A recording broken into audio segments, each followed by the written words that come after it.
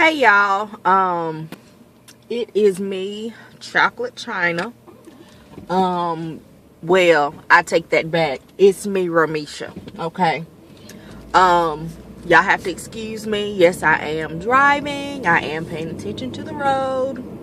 As you can see, I have both hands on the wheel. Not exactly at 10 and 2. But anywho, okay.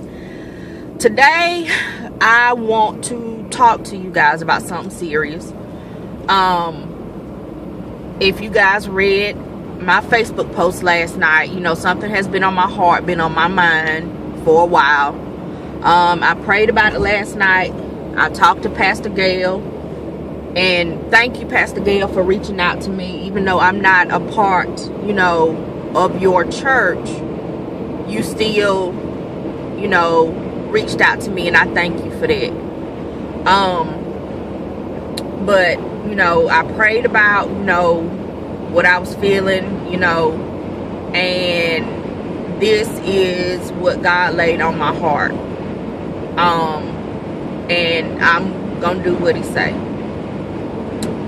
So a couple of weeks ago we had revival, and Pastor Knox, he did our revival, and on the first night he was talking about, I'm sorry, I hope y'all can hear me. I had my window stand, I'm sorry. But the first night he was talking about, he touched on the point that there's a lot of things that need to be done in the church. And, if Pastor Thornton asks you to do something,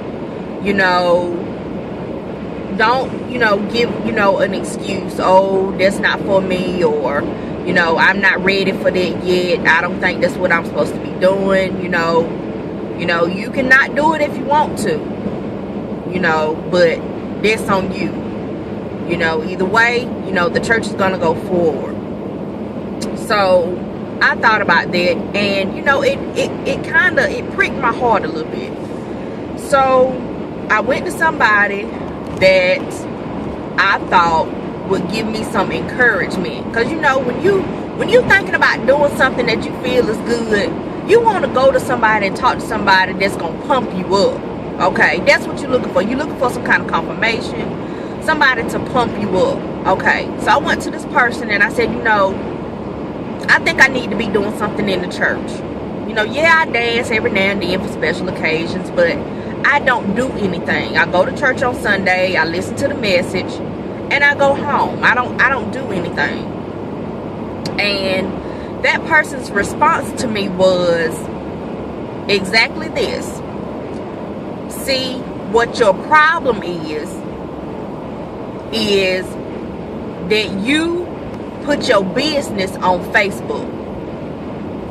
Now that was their specific response to me saying, I want to do something in the church. I want to work for the Lord. I want to help to build the kingdom. That's what their response was. And it kind of took me back for a minute. And I got in my flesh a little bit, because what rose up in the back of my throat was, I know you're not talking about what somebody doing wrong, because I can count out your wrongs from just this week. I can count them out and list them out. Okay, that was my flesh, but I didn't do that. Okay, I kept that to myself. I kept my mouth closed, but that hurt my feelings.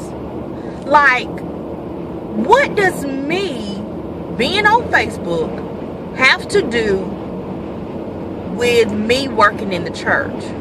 Now, those of you that y'all look at my page often, whatever, y'all ain't never seen me put no naked picture up there, me exposing nothing. It's been, I'm gonna keep it real, child. It's been a long time since I've cussed somebody out.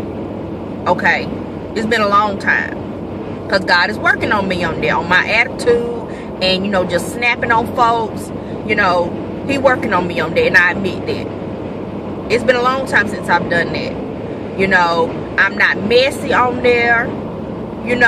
I do share my experiences. If I've gone through something and I felt like God have placed something on my heart and it might help somebody else, then yes, I'll share it. I don't mind doing that. because I'm not the only one going through stuff. It's somebody out there that is going through some similar things, and they need some kind of encouragement, or they need to know that, hey, trouble ain't gonna last always. It's gonna get better. You just gotta hold out and hold on. Okay. So yes, I do that. But, you know, I just felt like if I didn't know any better, yes, I'm still a baby Christian. Yes, I've been going to church for a long time, but I haven't always been serious. So yes, I consider myself a baby Christian. But because I've been in church a long time, I still know better about certain things. So if I hadn't been in church for a long time, if I was just new to the church, just coming in, just now starting my walk of faith, trying to get close to God, trying to get on the right path, and somebody came to me, you know, when I think I'm doing something good, and they start off with what your problem is, that would completely shut me down. That would completely tear me down. I probably wouldn't say anything, but I wouldn't go back to church. That's a hurtful thing. When you think you are doing something good and wonderful, or you about to do something good and wonderful, and somebody just flip it on the negative. They look at something from your past and try to bring it up to tell you why you can't do something. You know, they look at something you've said before, or misconstrue what you've said before to them or to somebody else, and they flip it. That's a hurtful thing. Somebody that's not as strong-minded as I am, that could easily tear somebody down and make them turn away from God. So, first thing is, if you are put in that situation, don't let that deter you from going to church. Don't let that deter you from getting closer to God. Don't let man, meaning that man, that woman, your mother, father, brother, sister, do not let them keep you from going to heaven. Ain't no person that I know worth me going to hell for. So if I feel like I need to do something, I'm going to do it. I'm going to do it. I know I got to be closer to God to get to heaven. No ifs, ands, or buts about it. So don't let people, you know, deter you from going to church. If you feel uncomfortable going back to that church or that person, go to another church. There's no rules on what church you have to go to. But don't stop your walk with God. Please don't do that. Please don't do that. And know that the people that turn your positive to a negative, because I can't think of anything that can be negative about you wanting to work in the church. I can't think of anything negative about somebody wanting to work in the church or do something for the Lord. So I don't see how anybody can turn it to a negative. So all that says to me is, if a person does that, that person is not a leader. That's not somebody that you need to go to for guidance and for advice. If you need to talk about your walk with Christ, that's not a leader. They don't have the mind frame of a leader. They're not built to be a leader in the church. Because leaders don't tear people down. They build people up. It don't matter if, you know, whatever you used to do. If you saying you want to make a change, ain't no need in bringing it up. Why? Why are you bringing it up? That's who I used to be. You see I'm trying to make a change. That's what I'm coming to you for. So why are you bringing it up to make me feel bad all over again when I'm feeling good, you know? That's not a leader. That's not somebody you need to go to. That's not somebody that you need to be following, because that's a follower. Just scratch that person off your list and go talk to somebody else. You know, you don't have to be ugly about it or say, well, you wrong for this and you wrong for that. You don't have to do that. Just, oh, okay. All right, well, I'll talk to you later. Thank you. Appreciate it. All right, bye. And just leave it at that. And go on to somebody else. Everybody is not a leader.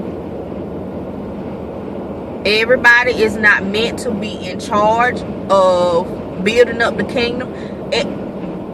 Everybody is not meant to be in charge. Some people just meant to be worker bees. Bottom line. Okay? So, to you, anybody that's listening to this message, if you feeling some kind of way, then you might be one of these people. You might be one of these people that somebody has come to you trying to get some advice, trying to get some guidance, and you just brought out the negative. You didn't say anything positive to them to encourage them or lead them in the right direction. And, you know, all I can say is don't do that. Be careful how you talk to people. I know everybody is not gifted with that ability, you know, to talk to people in the right way. You know, some of us are gifted. We just choose not to. We say whatever we want to say. Forget about the rest. Forget about the purpose. We say what we want to say. Okay? But be careful how you talk to God's children. Especially if they are new to the family. Because sometimes when they come in already, they're on edge already. They skeptical already. Because they done heard so much stuff about the church. And so much foolishness going on in the church. So they skeptical already. They on the fence already. And if they get in their mind that they ready to take that leap of faith, but when they do, they get a negative backlash, that can set them back. And sometimes it might not be nothing that can be done to bring them back into the family of Christ. That could completely turn away altogether.